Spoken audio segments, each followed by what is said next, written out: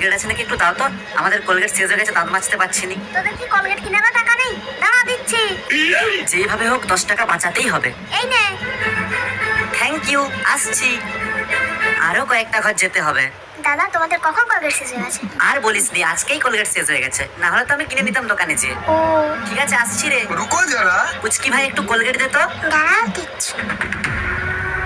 ঠিক আছে ভাই, আসছি। আর একটু হলেই হয়ে যাবে। Thank you. হয়ে গেছে।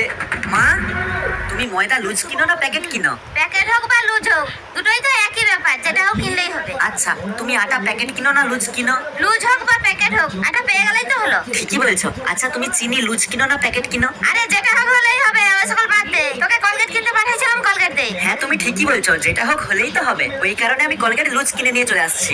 বাপরে, আজকাল কলগেটও লুজ কিনতে পাওয়া যায়? হ্যাঁ।